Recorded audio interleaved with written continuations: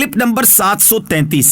اس clip میں آپ قرآن پاک کی سورہ کہف کی آیت نمبر 2 سے لے کر 6 تک کی تلاوت، ترجمہ اور تفسیر قرآن صراط الجنان سماعت فرمائیں گے۔ بسم اللہ الرحمن الرحیم۔ ترجمہ: اللہ کے نام سے شروع جو نہایت مہربان رحمت والا ہے۔ قیما لینذر بأسا شدیدا من لدنہ ویبشر المؤمنین الذین یعملون الصالحات ان لهم اجرا حسنا ماکثین فیہ ابدا وَيُنذِرَ الَّذِينَ قَالُوا اتَّخَذَ اللَّهُ وَلَدًا۔ ترجمہ: لوگوں کی مصلحتوں کو قائم رکھنے والی نہایت معتدل کتاب، تاکہ اللہ کی طرف سے سخت عذاب سے ڈرائے اور اچھے اعمال کرنے والے مومنوں کو خوشخبری دے کہ ان کے لیے اچھا ثواب ہے جس میں ہمیشہ رہیں گے، اور ان لوگوں کو ڈرائے جو کہتے ہیں کہ اللہ نے اپنا کوئی بچہ بنایا ہے۔ قیمن، لوگوں کی مصلحتوں کو قائم رکھنے والی نہایت معتدل کتاب۔ تفسیر صراط الجنان میں ہے۔ اس آیت اور اس کے بعد والی 2 آیات کا خلاصہ یہ ہے کہ قرآن مجید بندوں کی دینی اور دنیاوی مصلحتوں کو قائم رکھنے والی انتہائی معتدل کتاب ہے، اور اسے اس لیے نازل کیا گیا ہے تاکہ میرے حبیب صلی اللہ تعالی علیہ وآلہ وسلم اس کتاب کے ذریعے اللہ تعالیٰ کی طرف سے کافروں کو سخت عذاب سے ڈرائیں، اور اللہ تعالیٰ کی رضا کے لیے اچھے اعمال کرنے والے مومنوں کو خوشخبری دیں کہ ان کے لیے اچھا ثواب یعنی جنت اور اس کی نعمتیں ہیں جس میں وہ ہمیشہ رہیں گے۔ اور قرآن کریم کو اس لیے نازل کیا گیا ہے تاکہ وہ اس کے ذریعے یہودیوں اور عیسائیوں وغیرہ ان لوگوں کو ڈرائیں جو کہتے ہیں کہ اللہ تعالیٰ نے اپنی کوئی اولاد بنائی ہے۔ ما لهم به من علم ولا لآبائهم كبرت كلمة تخرج من أفواههم إن يقولون إلا كذبا۔ ترجمہ: اس بارے میں نہ تو وہ کچھ علم رکھتے ہیں اور نہ ان کے باپ دادا، کتنا بڑا بول ہے جو ان کے منہ سے نکلتا ہے، وہ بالکل جھوٹ کہہ رہے ہیں۔ ما لہم بہ من علم ولا لآبائہم،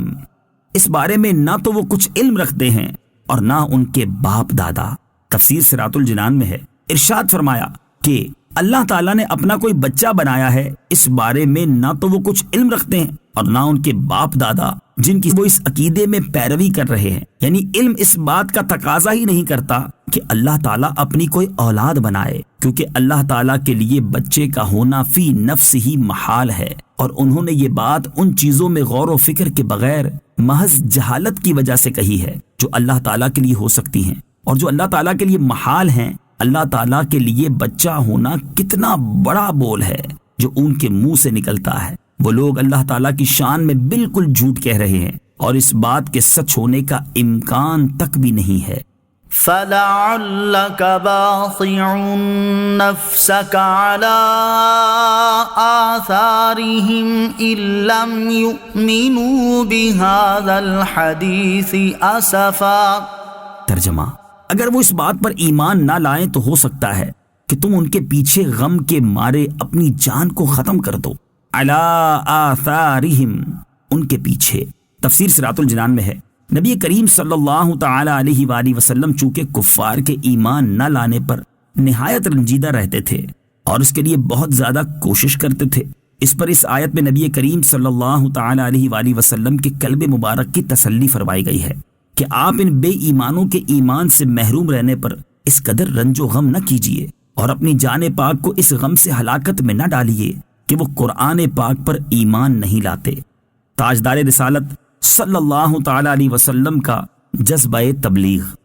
اس طرح کی آیات سے نبی کریم صلی اللہ تعالی علیہ وآلہ وسلم کے جذبہ تبلیغ امت پر رحمت و شفقت کی انتہا اور رسالت کے حقوق کو انتہائی اعلیٰ طریقے سے ادا کرنے کا بھی پتہ چلتا ہے کہ وہ لوگ جن کا حضور پر نور صلی اللہ تعالی علیہ وآلہ وسلم کے ساتھ طرز عمل یہ تھا کہ وہ آپ صلی اللہ تعالی علیہ وآلہ وسلم کو کاہن، ساحر، شاعر مجنون کہتے، آپ صلی اللہ تعالی علیہ وآلہ وسلم کے پیچھے شریر لڑکوں کے غول لگا دیتے جو پھبتیاں کستے، گالیاں دیتے، اور یہ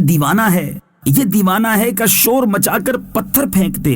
راستوں میں کانٹے بچھاتے، جسم مبارک پر نجاست ڈالتے، دھکے دیتے، مقدس اور نازک گردن میں چادر کا پھندا ڈال کر گلا گھونٹنے کی کوشش کرتے۔ نیز رحمت عالم صلی اللہ تعالی علیہ وآلہ وسلم کے ساتھ ساتھ غریب مسلمانوں پر بھی ظلم و ستم کے پہاڑ توڑتے، صحرائے عرب کی تیز دھوپ میں تنور کی طرح گرم ریت کے ذروں پر مسلمانوں کو پیٹھ کے بل لٹا کر ان کے سینوں پر بھاری پتھر رکھ دیتے، لوہے کو آگ میں گرم کر کے ان سے مسلمانوں کے جسموں کو داغتے۔ ان کے ساتھ رحمت للعالمین صلی اللہ تعالی علیہ وآلہ وسلم کا طرز عمل کیا ہے کہ آپ صلی اللہ تعالی علیہ وآلہ وسلم ان کے ایمان نہ لانے کی وجہ سے اس قدر غمزدہ ہو رہے ہیں، جس سے آپ صلی اللہ تعالی علیہ وآلہ وسلم کی جان چلی جانے کا خطرہ ہے۔ سید المرسلین صلی اللہ تعالی علیہ وآلہ وسلم کی سیرت مبارکہ کے اس روشن باب کو سامنے رکھتے ہوئے